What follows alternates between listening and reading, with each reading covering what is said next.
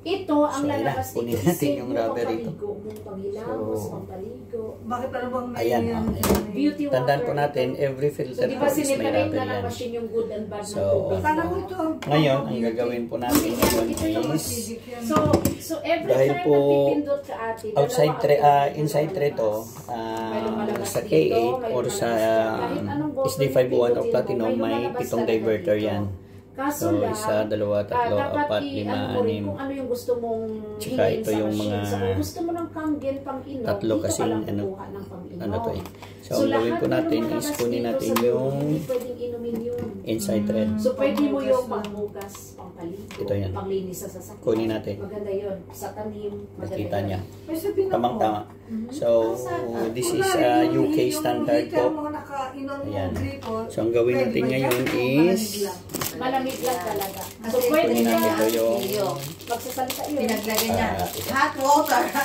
Hot water protection. Hot water pasensya na po, medyo excited yung may-ari kaya nagtatanong kung anong maganda Hot water. and how to use. So, first, ikunin po natin to. Then, ilagay po natin yung ito. So, let's see, Ilagay malamig po siya natin lang dito. na winter. So, di ba ako, may isang timba ka? if I'm the one who do the installation, sigurado ko po na nilalagyan ko to ng tiplon. Pwede yun. Kasi mas maganda talaga. So, pwede ko rin hindi lagyan ng tiplon o depende po sa inyo. Pero ako kasi na ano ko na eh, na parang na ano ko na eh, na nasanay na ako na maglagay talaga ng tiplon.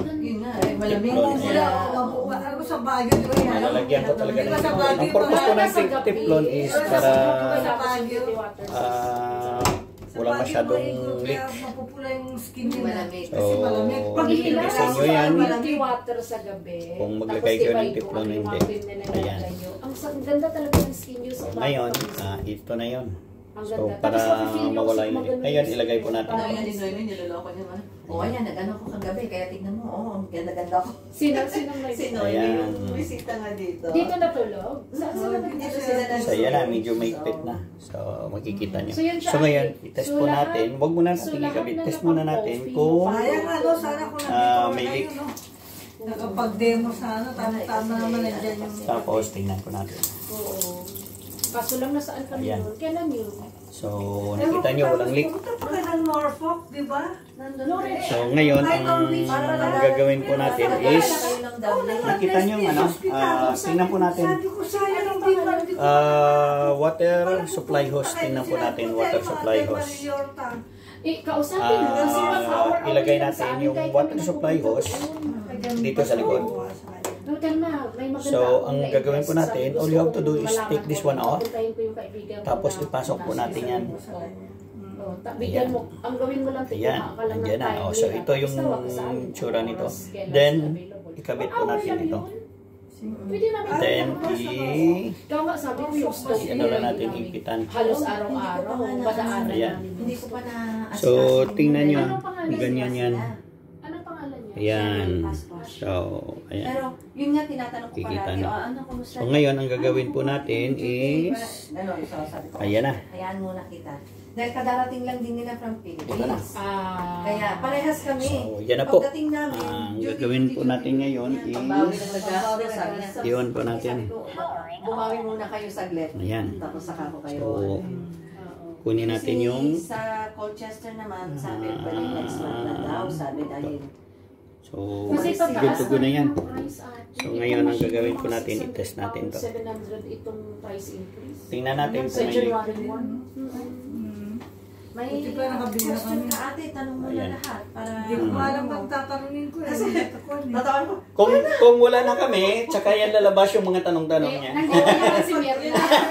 Magtanong ka kay Ate Mirna. Kaya nga pinag-aaralan ko talaga dahil So, i-testing po natin. tanongin eh. Sabi nga nung panigurado, pag alin, sa ate Cleo, minsan. So, ang gagawin po natin, iparan po natin ng 30 seconds or 60 seconds. Kumuha na ng coke. 1 minute na yan. Para lalagyan Ayan. ng So, importante po, tingnan po natin. Ayan, okay na yan. Tumatakbo na. Iparan lang muna natin kasi galing to sa Japan eh. Sa lumalabas na. So, tingnan po natin, wala pong kalik-lik yan. Kasi ginamitan ko siya ng Teflon. So, wala kang makikitang leak. So, yan lang po. Ang topic natin is how to install. So, yan lang muna. How to use the K8 device is nandyan po sa mga previous po na videos. So, at least napakita ko sa inyo how to install the K8 device in this kind of kitchen top, okay? At least may nakuha kayong idea. So maraming salamat sa inyo.